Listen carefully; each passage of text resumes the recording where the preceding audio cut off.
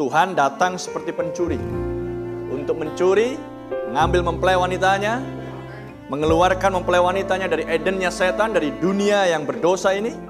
Dia datang untuk membunuh Isabel dan anak-anaknya, yaitu mereka yang menolak akan pesan yang mulia ini, dan membinasakan mereka yang merusak bumi. Ketika kita berada di masa-masa yang seperti ini, eksplorasi dan eksploitasi akan tambang-tambang yang ada di bumi ini, sehingga mengakibatkan bumi semakin rusak. Ketika Anda melihat industri di mana-mana, mesin-mesin dibuat, pabrik-pabrik dibuat, baik mesin-mesin perang secara khusus, peluru-peluru, kendali, misil, rudal, tank, panser, dan lain sebagainya, semua itulah datang dari dalam bumi.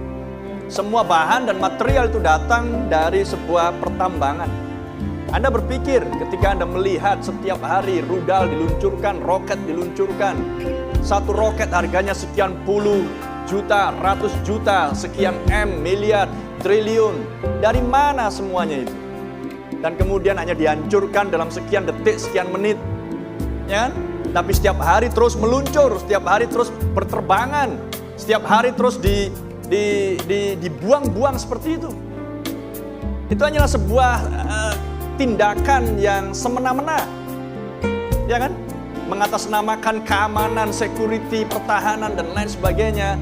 Tapi secara logika Anda melihat itu semuanya adalah sesuatu yang sia-sia, yang pernah dilakukan oleh manusia.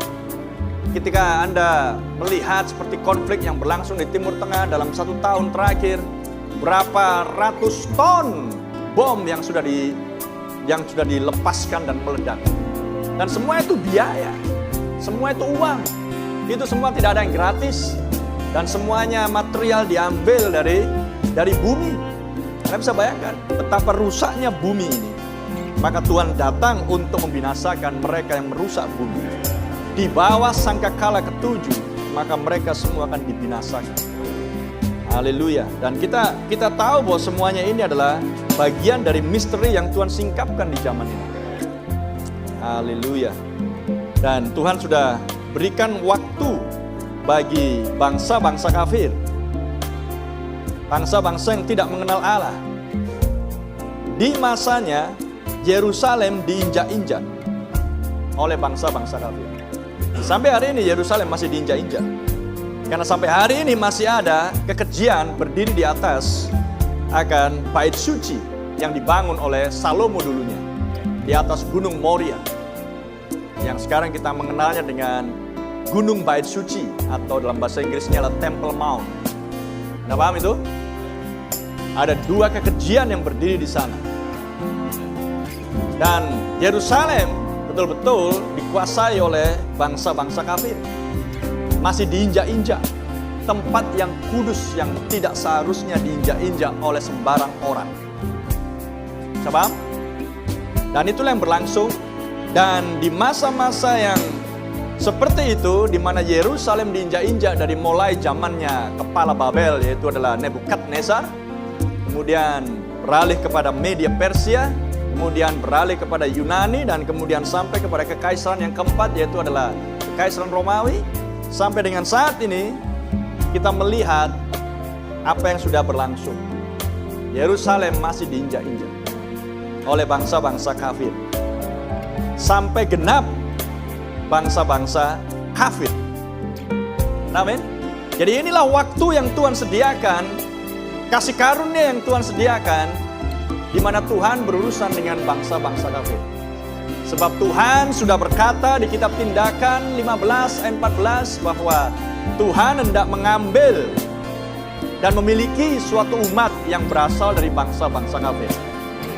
Dan Tuhan sudah berurusan dengan bangsa-bangsa kafir selama hampir 2000 tahun. Maka tiba waktunya, kesudahannya tiba.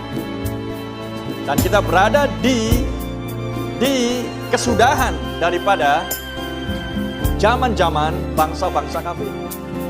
Waktunya sudah tidak lama lagi. Amin. Itu sebabnya Anda mendengar bagaimana Wahyu 10 dikumandangkan sedemikian rupa. Ketujuh guru dikumandangkan dan misteri itu diselesaikan untuk mendatangkan iman pengangkatan bagi mempelai wanita supaya wanita segera meninggalkan dunia ini, maka murka Tuhan akan tercurah atas bangsa-bangsa. Ada amin? Karena zaman-zaman bangsa kafir, rentang waktu yang Tuhan sudah sediakan sudah berakhir. Dan pintu kasih karunia segera ditutup. Dan kita berada di masa-masa yang sangat genting, tapi yang sangat mulia.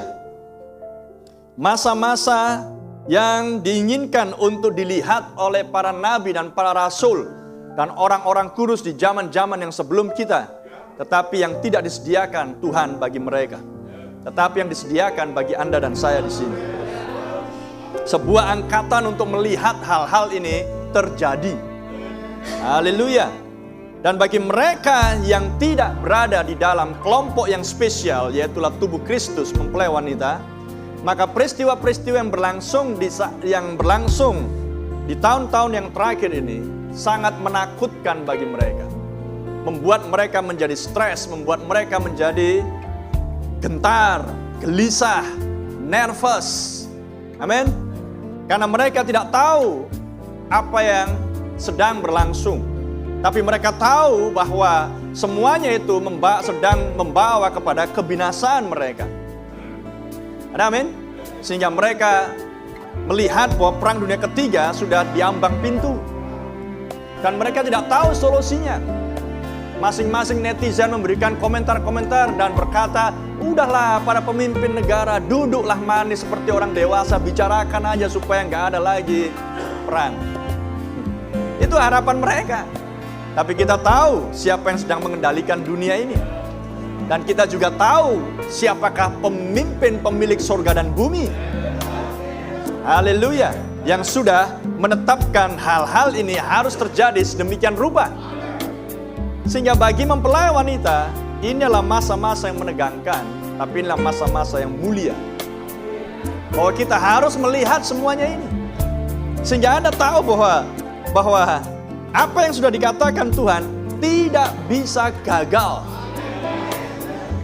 Untuk maksud apa Tuhan sendiri turun dari surga dan memberikan Roh Kudus-Nya ke dalam hati Anda karena Anda mau menerima firman di dalam ketaatan, maka Roh Kudus terus memimpin Anda untuk diingatkan akan hal-hal yang sudah dikatakan dan membawa Anda untuk melihat secara realita penggenapan dari nubuatan-nubuatan di dalam nas-nas kitab suci bagi akhir zaman. Amin. Sehingga seharusnya itu mendatangkan sukacita bagi kita. Karena di sisi yang lain itu mendatangkan stres, ketakutan, kegelisahan. Tapi di sisi yang lain itu mendatangkan sukacita, kegembiraan. Karena kesenangan mempelai wanita adalah melihat firman tergenapi. Dan melihat firman bisa tergenapi melalui kehidupannya. Itulah kesenangan mempelai wanita. Itulah kesenangan Tuhan. Melihat firman-Nya termanifestasi. Amin. Tidak ada yang lain yang bisa membuat kita lebih berbahagia. Tidak akan ada uang yang bisa menyogok, menyuap Anda sehingga Anda bisa berbahagia. Amin. Kalau dunia itu yang dicari. Tapi tidak orang-orang kudusnya Tuhan. Tidak bagi orang-orang pilihannya Allah. Yang dicari adalah kesenangan Tuhan. Dan kesenangan Tuhan adalah melihat janji firman-Nya tergenapi. Haleluya. Melalui anak-anaknya. Amen.